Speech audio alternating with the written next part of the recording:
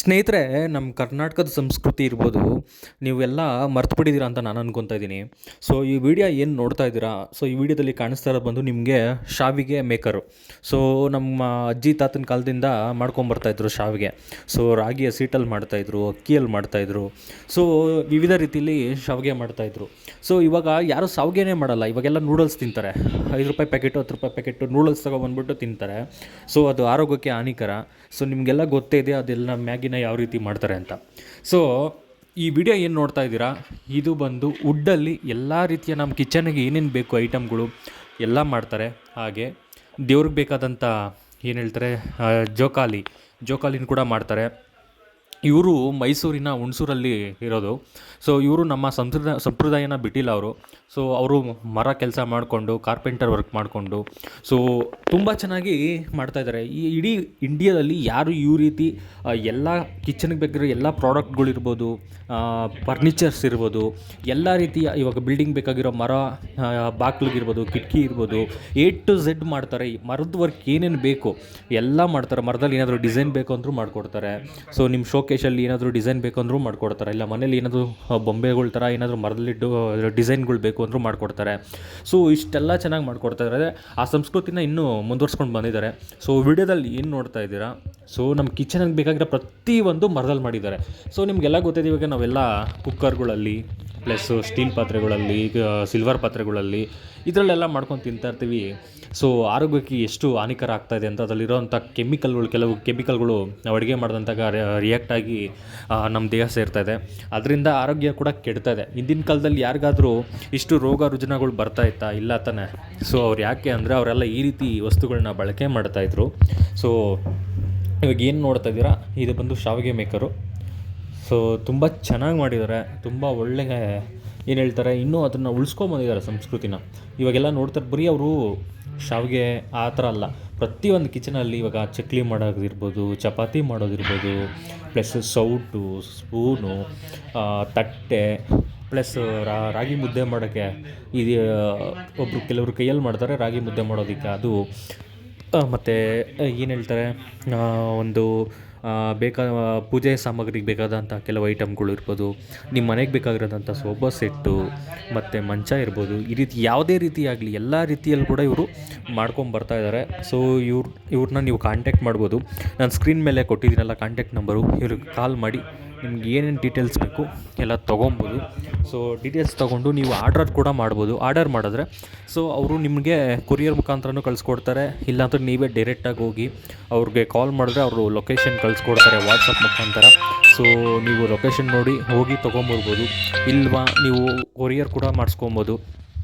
ವಾಟ್ಸಪ್ಪಲ್ಲಿ ನಿಮ್ಗೆ ಏನು ಬೇಕೋ ಆ ಐಟಮ್ ಫೋಟೋನ ನೋಡಿ ನಿಮ್ಗೆ ಇಷ್ಟ ಆದರೆ ಅವ್ರಿಗೆ ಆರ್ಡ್ರು ಮಾಡಿ ಅಡ್ವಾನ್ಸ್ ಹಾಕಿದ್ರೆ ಸೊ ಅವ್ರು ಕಳಿಸ್ಕೊಡ್ತಾರೆ. ಸೊ, ಹುಣಸೂರಲ್ಲಿ ನಿಯರ್ ಬೈ ಯಾರಿದ್ದೀರಾ ನೀವು ಆರಾಮಾಗಿ ಡೈರೆಕ್ಟಾಗಿ ಹೋಗಿ ತೊಗೊಬೋದು.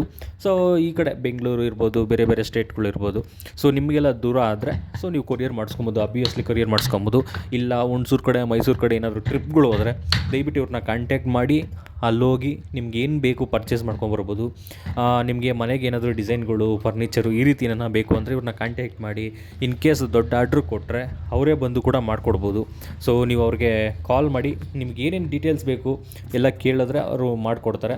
ಸೊ, ವೀಡಿಯೋದಲ್ಲಿ ನೋಡ್ತಾ ಇದ್ದೀರಾ ಅದು ಶಾವಿಗೆನ ಇವಾಗ ಅವ್ರು ಏನು ಒತ್ತುತ್ತಾ ಇದ್ದಾರೆ. ಸೊ, ಅಲ್ಲಿ ರಾಗಿನಾಗಲಿ ಅಕ್ಕಿ ಆಗಲಿ ಏನೇ ಆಗಲಿ ನೀವು ಮಾಡಿರೋಂಥ ಅದರೊಳಗಡೆ ಇಟ್ಬಿಟ್ಟು ಅದನ್ನು ಪ್ರೆಸ್ ಮಾಡಿದ್ರೆ ಕೆಳಗಡೆ ಒಳ್ಳೆ ನೂಡಲ್ಸ್ ಥರ ಬಂದಂಗೆ ಬರುತ್ತೆ. ಸೊ, ಆರೋಗ್ಯಕ್ಕೆ ಒಳ್ಳೆಯದು, ಐರನ್ ಇರುತ್ತೆ. ಸೊ, ನಾನೇನು ಹೊಸ್ದಾಗಿ ನಿಮಗೆಲ್ಲ ಹೇಳ್ಕೊಡೋದೇನಿಲ್ಲ, ಎಲ್ರಿಗೂ ಗೊತ್ತಿರೋದೆ. ಆದರೆ ಈಗ ಮಾಡ್ರನ್ ಹುಡುಗರು ಏನಿದ್ದಾರೆ, ಚಿಕ್ಕ ಚಿಕ್ಕ ಹುಡುಗರು, ಅವ್ರಿಗೆಲ್ಲ ಯಾರಿಗೂ ಗೊತ್ತಿರಲ್ಲ. ಸೊ, ನೀವು ತಂದೆ ತಾಯಿ ಏನಿದ್ದೀರಾ, ನೀವು ತಿಂದಂಥ ಆಹಾರ ಇರ್ಬೋದು, ನೀವು ಬಳಸಿದಂತಹ ವಸ್ತುಗಳಿರ್ಬೋದು, ಈ ವಸ್ತುಗಳನ್ನ ನಿಮ್ಮ ಮಕ್ಕಳಿಗೆ, ಮುಂದಿನ ಪೀಳಿಗೆಗೆ ಇದ್ರ ಬಗ್ಗೆ ಅರಿವು ಮೂಡಿಸಿ ಮನೇಲಿ ಬಳಕೆ ಮಾಡಿ.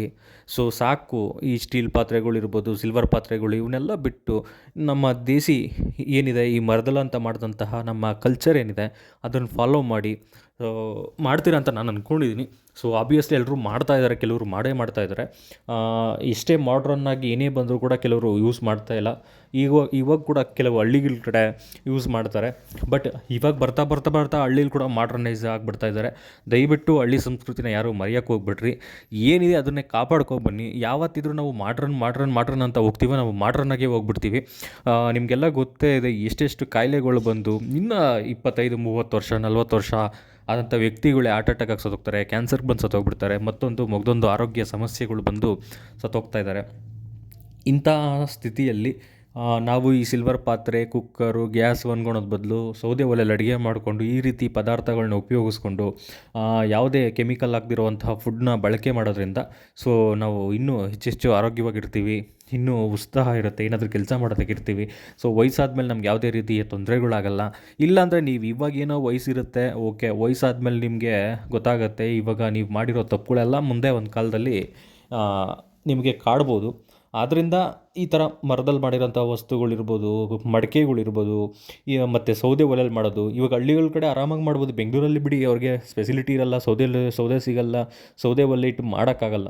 ಅಟ್ಲೀಸ್ಟ್ ಹಳ್ಳಿಯಲ್ಲಿರೋರು ಕೂಡ ಯಾಕೆ ಮಾಡ್ರನೈಸ್ ಆಗ್ತಾಯಿದ್ದೀರಾ, ಇಟ್ಕೊಳ್ಳಿ, ಎಮರ್ಜೆನ್ಸಿಗೆ ಗ್ಯಾಸ್ ಇಟ್ಕೊಳ್ಳಿ. ಬಟ್ ನೀವು ಏನು ಹೇಳ್ತಾರೆ, ಸೌದೆ ಒಲೆನೂ ಕೂಡ ಮಾಡಬೇಕು.